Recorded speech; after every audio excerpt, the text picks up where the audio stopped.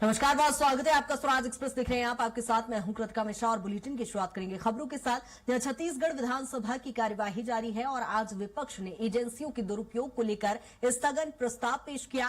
पूर्व मुख्यमंत्री भूपेश बघेल ने कहा कि ईओडब्ल्यू समेत अन्य जांच एजेंसियों का दुरुपयोग किया जा रहा है। भूपेश बघेल ने उदाहरण देते हुए बताया कि तमनार में जंगल की कटाई का विरोध करने गए विधायकों के खिलाफ कार्रवाई की गई और उनके बेटे को ईडी ने घर से गिरफ्तार किया है। इस पर बीजेपी विधायक अजय चंद्राकर ने आपत्ति जताई कि सेंट्रल एजेंसियों के खिलाफ विधानसभा में चर्चा नहीं की जा सकती। विधानसभा अध्यक्ष ने स्थगन प्रस्ताव का अध्ययन करने के बाद इसे अस्वीकार करार दे दिया है और इस पर कोई चर्चा नहीं होने दी। इसी बीच सदन में विपक्ष और सत्ता पक्ष के बीच बहस का माहौल भी दिखाई दिया, जहां आपको बता दें कि छत्तीसगढ़ विधानसभा के शीतकालीन सत्र के चौथे दिन की कार्यवाही चूंकि जारी है, जहां केंद्रीय एजेंसियों को लेकर स्थगन प्रस्ताव विपक्ष की ओर से लाया गया। यहां पर पूर्व सीएम भूपेश बघेल ने सेंट्रल एजेंसीज पर भी आरोप लगाए हैं, जिसको लेकर चर्चा की गई।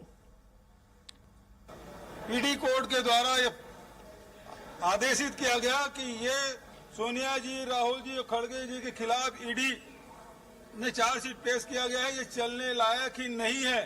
तो केंद्रीय नेतृत्व 12 साल तक बदनाम करते रहे। ये लोग कहते रहे कि ये लोग तो बेल में हैं, सोनिया जी, राहुल जी, खड़गे जी बेल में।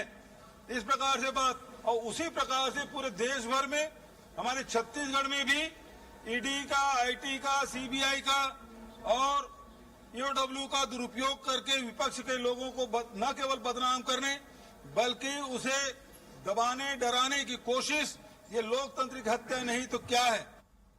और इसी पर ज्यादा जानकारी के साथ दिलीप हमारे साथ जुड़ गए हैं। दिलीप, सदन की कार्यवाही चूंकि लगातार जारी है, आज यहां विपक्ष की ओर से सेंट्रल एजेंसीज पर भी आरोप लगाए गए हैं, दुरुपयोग के आरोप ये लगे हैं।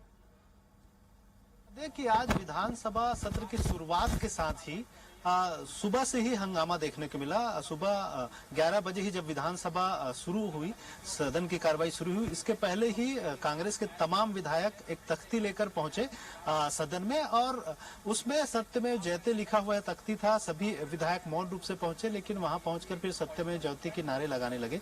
इस पूरे मसले को लेकर आसंदी ने इस पर आपत्ति दर्ज कराई और साथ ही साथ सत्ता पक्ष के विधायकों और मंत्रियों ने भी इस पर आपत्ति दर्ज कराई कि इस तरह से तख्ती का प्रयोग नहीं कर सकते। लेकिन विपक्ष के सदस्यों का साफ तौर पर कहना था कि जिस तरह से नेशनल हेराल्ड मामले में राहुल गांधी, सोनिया गांधी को क्लीन चिट मिली है, 12 साल तक उन्हें बदनाम किया जाता रहा है, लगातार उनके खिलाफ आक्षेप लगाते रहे हैं, उन्हें बेल में बताया जाता रहा है, तो इसको लेकर वे बोले कि सत्य में जयते यानी सत्य की विजयी हुई, इसको लेकर वे नारेबाजी करते रहे। उसके बाद फिर सदन की कार्रवाई बार बार स्थगित करना पड़ा, खूब हंगामा हुआ। फिर 12 बजे के बाद सदन की कार्रवाई जब शुरू हुई, प्रश्नकाल की समाप्ति के बाद, तो फिर विपक्ष की ओर से एक स्थगन प्रस्ताव लाया गया। स्थगन प्रस्ताव में मुख्य रूप से जांच एजेंसियों के दुरुपयोग का मामला लेकर आया गया और पूर्व मुख्यमंत्री भूपेश बघेल ने इसकी शुरुआत की। उन्होंने साफ तौर पर कहा कि प्रदेश में जांच एजेंसियों की लगातार दुरुपयोग की जा रही थी। इसको लेकर सत्ता पक्ष की ओर से विधायक अजय चंद्राकर ने आपत्ति दर्ज कराई कि स्पेसिफिक कोई एजेंसी है तो उसका नाम लिया जाना चाहिए, केवल एजेंसियां नहीं होती।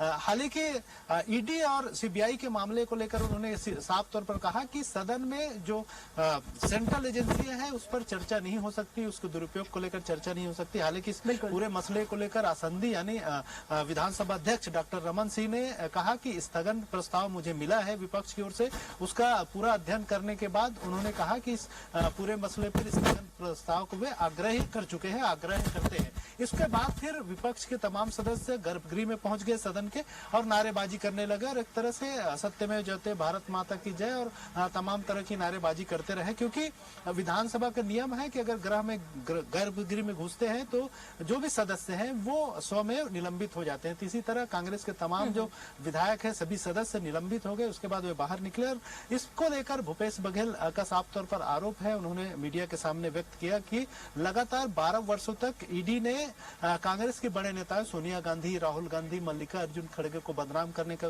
प्रयास किया और न सिर्फ सेंट्रल स्तर पर बल्कि प्रदेश में भी लगातार ईडी, आईटी, सीबीआई की कार्रवाई हो रही है। लगातार बिल्कुल दिलीप, चूंकि विपक्ष की ओर से ये आरोप कोई नए नहीं है, पहले भी इस तरह के आरोप लगते रहे हैं, लेकिन यदि सदन की कार्यवाही को ओवरऑल यदि हम देखें तो कई अहम मुद्दों को लेकर चर्चा होनी थी। इसके साथ ही संशोधन विधेयक बिल 3 को लेकर सत्ता पक्ष की ओर से चर्चा की जानी थी, राष्ट्रीय गीत को लेकर चर्चा की जानी थी, उसको लेकर क्या अपडेट है? हाँ जी बिल्कुल कृतिका, बताया दे कि 3 संशोधन विधेयक लाया गया है, जिसमें एक मुख्य रूप से उद्योग मंत्री लखनलाल देवांगन की ओर से एक प्रस्ताव लाया गया कि छत्तीसगढ़ दुकान एवं स्थापना नियोजन एवं सेवा शर्तों का विनियमन संशोधन विधेयक एक लाया गया है। इस पर चर्चा हो रही है। इसके साथ ही साथ उच्च शिक्षा मंत्री टंकराम वर्मा की ओर से भी छत्तीसगढ़ निजी विश्वविद्यालय स्थापना एवं संचालन विधेयक संशोधन विधेयक लाया गया है। इस पे भी चर्चा होनी है। इसके साथ ही साथ वाणिज्य और उद्योग मंत्री लखनलाल देवांगन की ओर से छत्तीसगढ़ जन विश्वास प्रावधानों का संशोधन विधेयक भी लाया जाना है। इस पर अब लगातार चर्चा हो रही है। हालांकि विपक्ष अभी सदन में मौजूद नहीं है। विपक्ष का जो निलंबन है हालांकि आसंदी ने रद्द कर दिया है, लेकिन विपक्ष के भी विधायक इस पर निर्णय नहीं ले पाए कि सदन के कार्यों में आगे शामिल होंगे कि नहीं हो पाएंगे। इस तरह के नेता प्रतिपक्ष के जो कमरे हैं वहां पर इनका चर्चा का दौर है वो जारी है। अभी देखना होगा, क्योंकि कांग्रेस का एक बड़ा प्रदर्शन भी है। वो नेशनल हेराल्ड मामले को ही लेकर भाजपा दफ्तर का घेराव करने वाले हैं, तो आधे से ज्यादा जो सदस्य हैं वो वहां जाएंगे। तो निश्चित तौर पे हालांकि वंदे मातरम पर भी चर्चा होना है, उसको लेकर अभी तक पूरी तरह से निर्णय नहीं लिया है, लेकिन एक तरह से नेता प्रतिपक्ष डॉक्टर चरणदास महंत ने हामी भरी है कि वे वंदे मातरम पर जो चर्चा होना है, राष्ट्रीय गीत वंदे मातरम के 150 साल पूरे होने को लेकर जो चर्चा होना है, सदन में 2 घंटे का समय निर्धारित किया गया है, उसमें वे शामिल होने की मंशा जताई। अब देखना होगा कि कांग्रेस की बैठक के बाद स्पष्ट हो पाएगा कि वो किन किन कार्रवाइयों में शामिल होंगे और किसमें नहीं हो पाएंगे। बिल्कुल इस बार दिलीप, लेकिन हमने सदन की कार्यवाही बहुत ही ऐतिहासिक देखी कि रविवार के दिन से यानी अवकाश के दिन से सदन की कार्यवाही शुरू होती है। अवकाश के बाद भी जिस तरह से विपक्ष की ओर से यहां पर कई मुद्दे उठाए गए, बहिष्कार किया गया, पहले ही दिन दूसरे दिन वॉकआउट कर दिया गया। ओवरऑल हम देखें सकारात्मक संवाद को लेकर किस तरह की कार्यवाही अभी जारी है और अब आगामी जो 1 दिन का समय बचा है उसमें किस तरह की चर्चा होगी, कौन से मुद्दे विपक्ष की ओर से गरमाएंगे? कृतिका, बता दूं कि आज जो विधानसभा सत्र शीतकालीन सत्र की कार्रवाई का चौथा और आखिरी दिन है। आज ही सारे जो कार्रवाई है वो होना है, शासकीय कार्यक्रम एक साथ निपटना है। इसलिए आज जो कार्य सूची बनी है उसमें एक साथ 41 ध्यानाकर्षण प्रस्ताव को शामिल किया गया है। आमतौर पे 1 या 2 ध्यानाकर्षण प्रस्ताव आते थे, उस पर चर्चा होती थी, लेकिन इस बार एक साथ 41 जो ध्यानाकर्षण प्रस्ताव है सभी को शामिल कर लिया गया है, जिसमें अलग अलग मुद्दे। हालांकि 1-2 प्रस्तावों पर ही चर्चा हो पाती है। जो नियम है शासकीय कार्यक्रम विधेयकों के संशोधन विधेयक जो आए हैं, तीनों विधेयक, उस पर पहले चर्चा का दौर है वो जारी है। इसके बाद कुछ ध्यानाकर्षण प्रस्ताव पर भी चर्चा हो सकती है।